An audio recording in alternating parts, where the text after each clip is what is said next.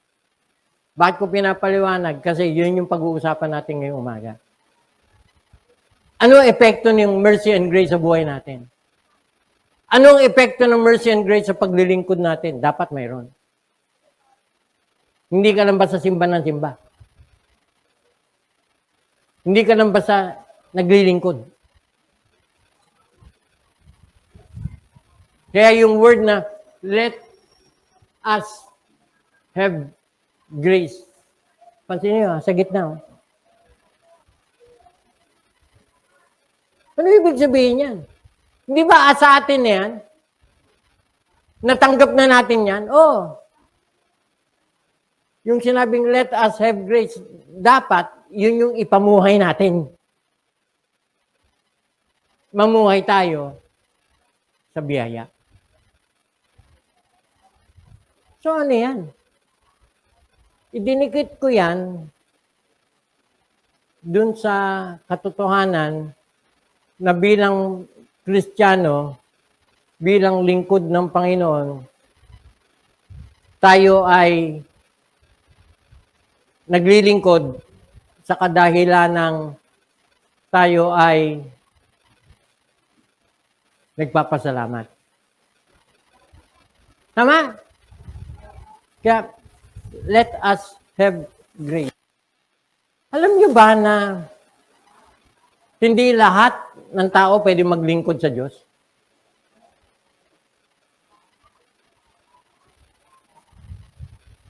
Hello? Kaya, if you claim to be a Christian at hindi ka naglilingkod sa Lord, may pinapatunayan yun. Kasi hindi ka pwedeng maging Kristiyano na hindi ka naglilingkod. Why? Kasi resulta ng grace yung paglilingkod. Naalala niyo yung ketungin na bumalik? Ba't siya bumalik? Kasi gumaling siya. Tama? Pero palagay ko, hindi yung paggaling niya ang dahilan kung bakit siya bumalik.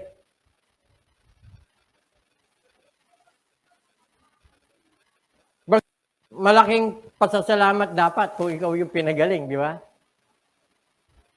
Pero napakahalagang factor, yung gusto niyang balikan si Kristo. Not only for what He has done, but most especially, para mas lalo niyang makilala si Kristo. Kasi yung galing ka man ngayon, pwede ka magkasakit ulit. Tama? Pero ba't siya bumalik? Magkakaroon ka ng idea. Kung ito yung palagi kong kasama, wala akong problema. Kasi hindi lang karamdaman ang problema ng tao. Marami pang iba. Imaginein mo kung nandiyan ka sa tabi ni Kristo, si Kristo lang sapat na. Tama? Walang problemang darating. Diyan siya. Ba't yan? Pinili mong makasama siya. Kasi nakalayo ka na nga eh. Pwede ka na nga umuwi, katulad nung Siyam eh. Ba't ka pa? Oh, suriin niyo yun. Kasi gumaling siya, mababaw yun. Mababaw yun. He returned. He remained. Tingnan niyo yung ikatlo. Nandun tayo ngayon. He rendered service. Kaya kapatid, nananatili ka. Why? Kasi gusto mo for the rest of your life, paglingkuran siya. Tanong, yun ba yung gusto natin?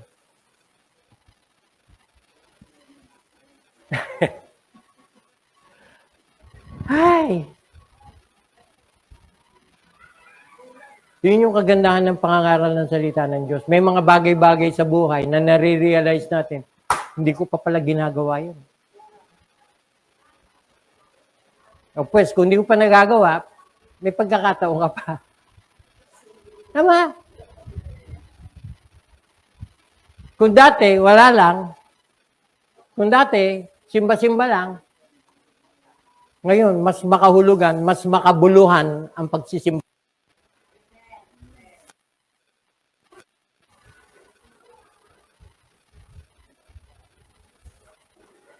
Because of the grace of God that worketh in us. Ngayong umaga, I would like to steer that. Gusto kong medyo, kumbaga sa bahay ng putakte, gusto kong guluhin para mabulabog yung putakte. Para manghabol yung putakte. At magtatakbo tayo kasi ayaw nating makagat ng putakte. Ano ibig mo sabihin, Pastor? It is a figure of speech na gusto kong guluhin yung pagiging kampante natin sa buhay na walang kahulugan. Kasi kung Kristiyano tayo, mga kapatid, dapat ang buhay natin umiikot sa Panginoon. Let us have grace.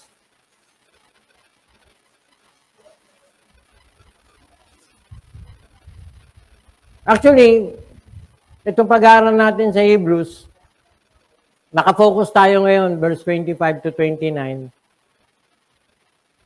Pero may mga tutunghayan tayo sa chapter 11. May tutunghayan tayo sa, of course, karamihan, chapter 12. May tutunghayan tayo sa chapter 13. Kasi titignan natin, bakit nga ba tayo aral lang aral ng salita ng Diyos? Kasi gusto kong pansinin nyo,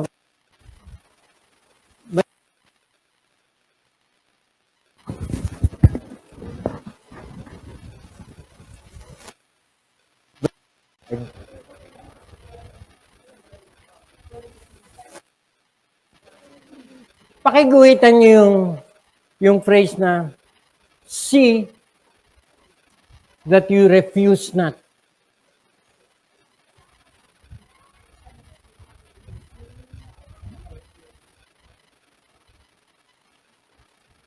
Alalahanin nyo ha, binubulabog ko yung pugad ng putakte ha.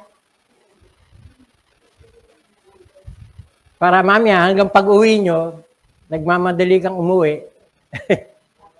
Kasi may humahabol sa'yo.